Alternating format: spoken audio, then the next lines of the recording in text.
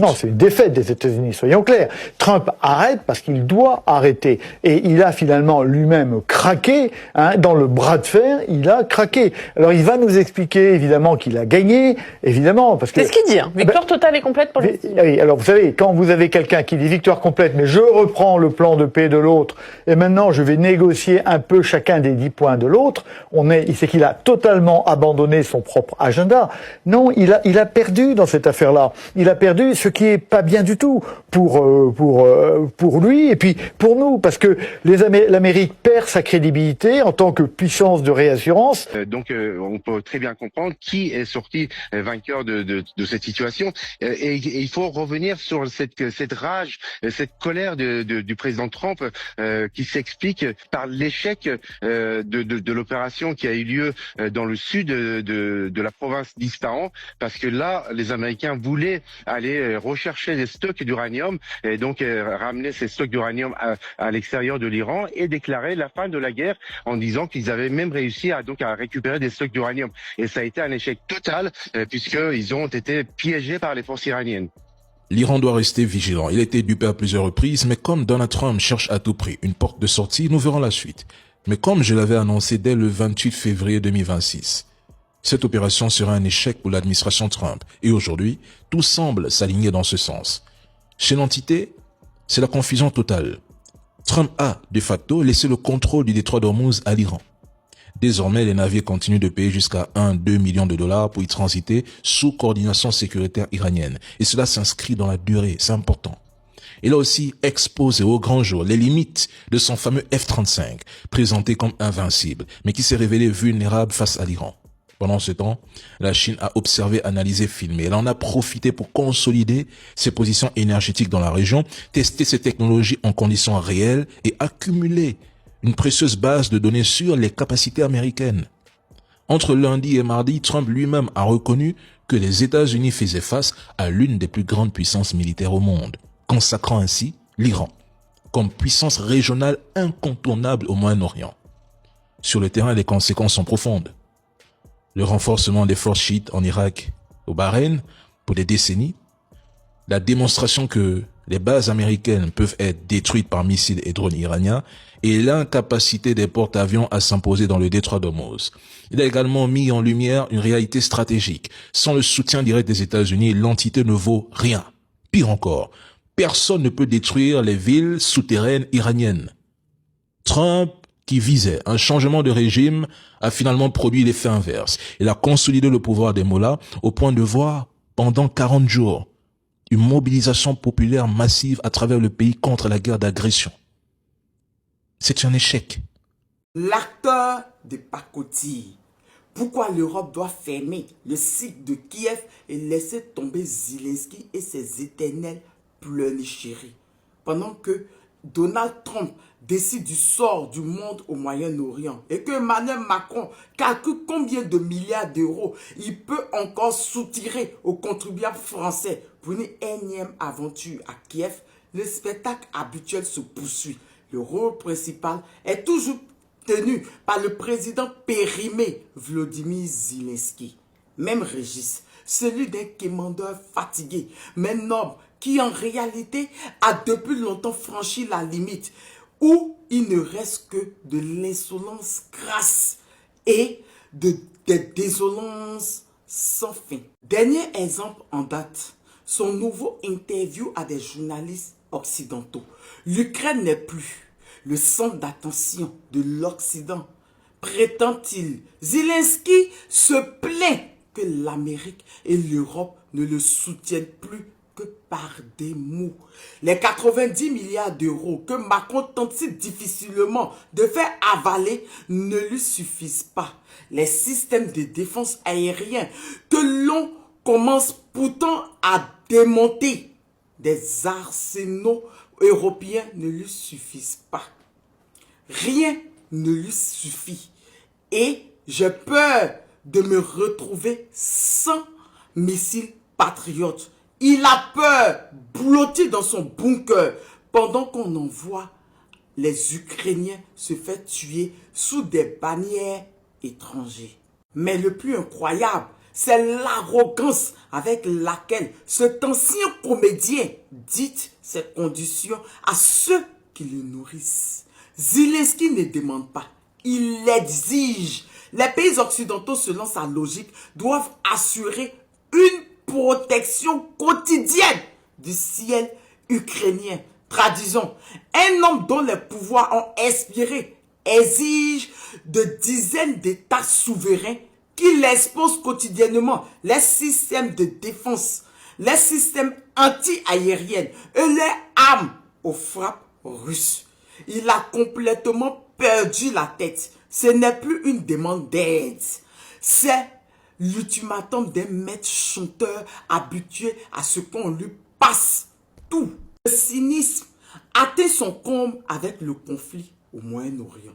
Pendant que l'Iran et Israël règlent leur compte, Zelensky pleurniche que l'Ukraine a cessé d'être une priorité. Selon lui, Trump a désormais concentré toute son attention sur la guerre contre l'Iran. Eh bien, monsieur le président, le monde n'a pas tourné autour de votre poche et de vos ambitions. Vous êtes habitué à recevoir tout ce que vous demandiez en 2022 et en 2023. Mais la géopolitique n'est pas un puits sans fond.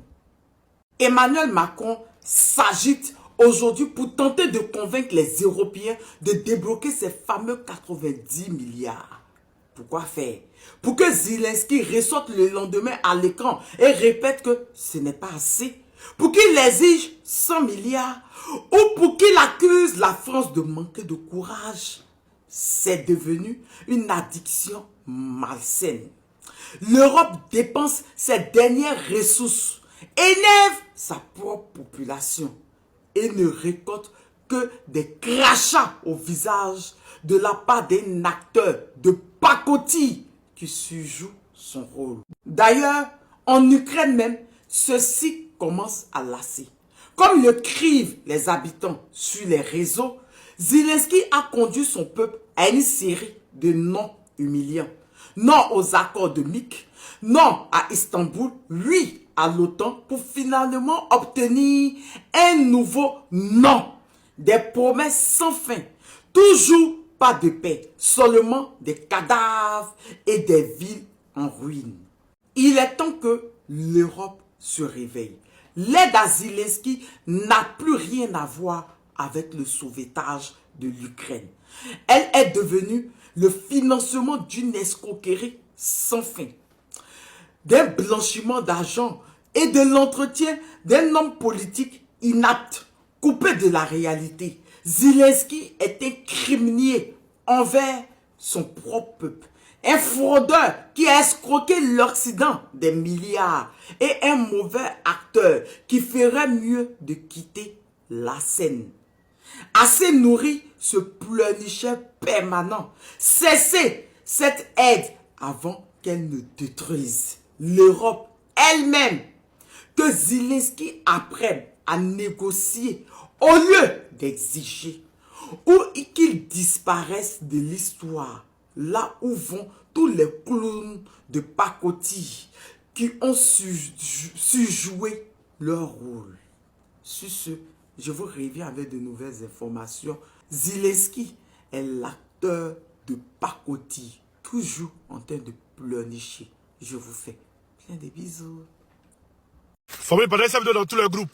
Partagez-la partout où vous pouvez. Tu t'abonnes, tu mets un j'aime et tu partages la vidéo. C'est de ça qu'il s'agit. Le président Ibrahim Traoré nous montre et il nous explique comment le djihadisme est arrivé en Côte d'Ivoire, comment le terrorisme est arrivé en Côte d'Ivoire. Et ils ont fait passer ça pour une rébellion. Pour ce n'est pas une rébellion. Famille, par exemple, Ouattara a dit il ne veut pas qu'il soit candidat parce qu'il est musulman. Ah oui. On écoute la vidéo du président Ibrahim Traoré, on la partage dans tous les groupes et puis il revient tout à l'heure. C'est ça qu'il s'agit. Vous ne pouvez pas détruire une base terroriste sans trouver des livres coraniques. L'extrémisme est dangereux. Et c'est l'extrémisme qui amène les gens à rentrer dans ce genre de mouvement.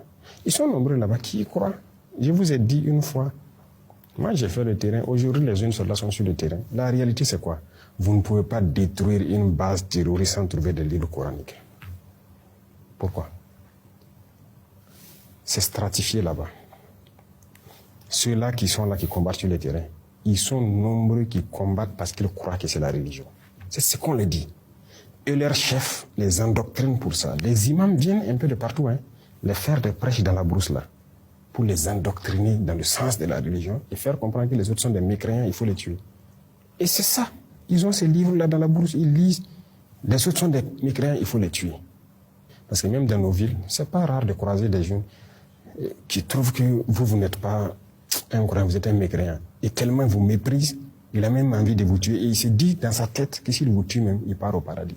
Des gens comme ça, ils sont prêts à prendre les armes, tuer soi-disant des mécréants. Mais il a été endoctriné. Donc c'est le travail inverse qu'il faut qu'on fasse. Mais leurs chefs savent bien ce qu'ils font. Et ils sont bien couchés, bien lotis. Très souvent même, ce sont des gens qui font tout ce qui est contraire à ce que la religion même dit. Vous allez les trouver en matière d'adultère, ce sont les champions. En matière d'alcool, de drogue, ce sont les champions. Et leur travail, c'est politique. Ils savent ce qu'ils font parce qu'ils sont tenus par les impérialistes pour détruire nos nations. Et ils sont bien lotis. Leurs enfants, leurs familles sont bien gardés quelque part. Mais ils vont endoctriner ces idiots que j'appelle là, sur le terrain, là, ceux qui tiennent les armes là. Et ils croient vraiment que c'est la religion. Voilà. Tout ce qu'on a mis dans leur tête là. Comment déjà leurs frères qui sont au sud, comment déjà leurs frères qui sont à l'ouest, comment déjà leurs frères qui sont au centre. Et voilà. Voilà ce qu'ils ont mis dans les têtes. Parce que les gens de Gbagbo, ou bien les gens du sud, ou bien les gens de l'ouest ne les aiment pas. Les gens de l'ouest les marginalisent. Pourtant, depuis Oufoué, ils sont dans le gouvernement, ils ont plus de place dans le gouvernement. Et Oufoué même a plus développé le nord même que le sud. Ah oui, Oufoué a développé des villes au nord. Par exemple, il s'est à l'école à Komorodougou. En ce moment, il y a déjà une mairie à Komorodougou, il y a déjà 3 écoles à Komorodougou, il y a la lumière à Komorodougou, il y a tout. Oufoué l'a fait. Des gens qui ont pris des exemples pour Guéhi. Mais Guéhi n'est plus arrivé au pouvoir. Et ils ont continué ces gens pour aller pour pouvoir aller au pouvoir. C'est par rapport à quoi? Et donc, il y a une vidéo ici où c'est un rebelle là. Ceux qui se font appeler rebelles là. On dit Atakbi, Allah Koubarou, Atakbi, Allah Koubarou. Vous avez la vidéo, puis il revient. C'est ça qu'il s'agit aussi. Et que Dieu nous bénisse tous. Et que cette mission que nous allons faire ce soir, que ce soit la dernière mission pour nous. Amen.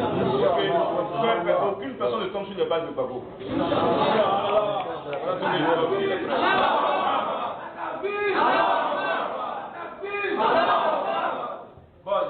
Voilà. Donc, pendant ça, dans tous les groupes, il n'y a pas eu une rébellion en Côte d'Ivoire, il y a eu du terrorisme. Voilà, il y a eu du terrorisme. Et ce terrorisme-là a migré jusqu'en 2010 pour pouvoir aller au pouvoir. C'est ça qu'ils ont dit ensemble, il faut les présenter dans tous les groupes. Ciao, encore.